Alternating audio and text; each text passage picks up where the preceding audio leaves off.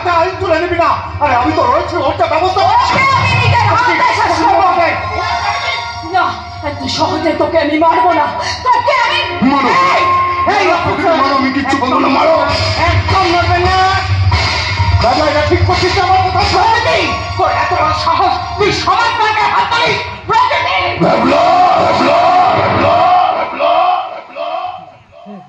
ওর গায়ে হাত দিবি না ভেবলা, ওর গায়ে হাত দিবি না, হাত দিবি না, হাত দিবি না, হাত দিবি না। ওকে আমায় কেলাতে দে, কিছু বলিস না। মারো মারো প্রকৃতি, আরে মারো। আরে আমি তোমার বাবাকে মেরেছি, তোমার স্বামীকে, তোমার তোমার গর্বের সন্তানকে আমি মেরেছি। আমি আমি আমি আমি আমি প্রকৃতি, প্রকৃতি কি করছিস? সত্যি সবাইকে আশ্চর্যভাবে ভালোবেসেছে প্রকৃতিকে, ওর মারগুলো চুপচাপ মুখ পুজো হজম করে যাচ্ছে।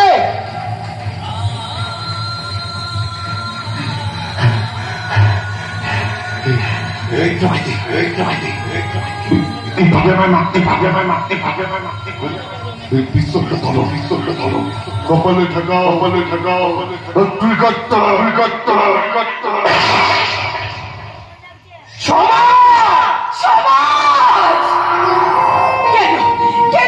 নিজেকে শেষ করে দিলে সমাজ।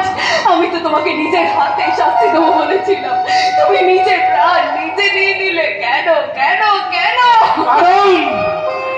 কারণ সমাজটা কোনোদিনই তোমায় খুন করতে পারবে না, আর তোমায় খুন না করলে সমাজটা নিজের দিদিকে দেওয়া কথাও রাখতে পারবে না। সমাজ চলে গিয়ে আমাদের একটা শিক্ষা দিয়ে গেল।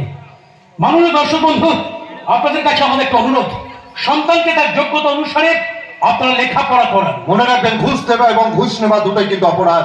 তাই ঘুষের বিনিময়ে সন্তানের ভবিষ্যৎ গড়ার স্বপ্ন দেখবেন না। সন্তানের ভালোবাসার মর্যাদা দিন।